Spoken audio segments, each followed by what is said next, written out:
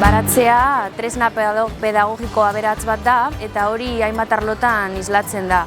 Lehenengoz, ingurumenaren eta naturaren ezagutza handitzen da, landaren bizitza zikloa lantzen da, elikagaien jatorria, janaria ez datorrela bakarrik dendetatik, baizik eta lurretik eta naturatik ere, horrez gain baloreak eta jarrerak ere lantzen dira, erantzukizuna eta zaintza batez ere, landareak ureztatuz, lurra ongarrituz, eta azkenik osasuna eta elikadura ohiturak ere lantzen dira. Elikadura osasungarriaren garrantzia ikusten dute, bertako eta sasoiko produktuak ezagutuz. Azken finean, baratzea ikasgelatik kanpoko laborategia da. Ikasleek jolasten, ikasten eta naturarekin konektatzen dute.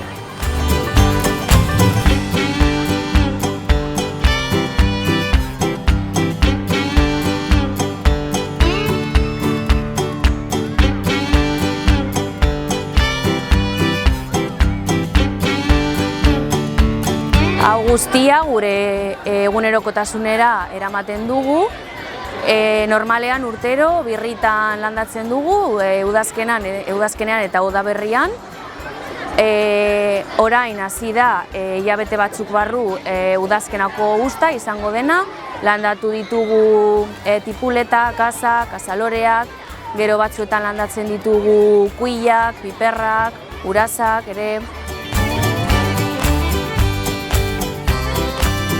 Eta gero egutegi baten arabera, taldez talde jaisten gara hortura, ikasle batzuek ureztatzen dute, beste batzuek kentzen dituzte belarra gaiztoak, eta behin fruituak hasita, ateratzen eta banatzen dira, eta ikasleek eramaten dituzte etxera, eta horrela guztion artean parte hartzen dugu proiektu honetan.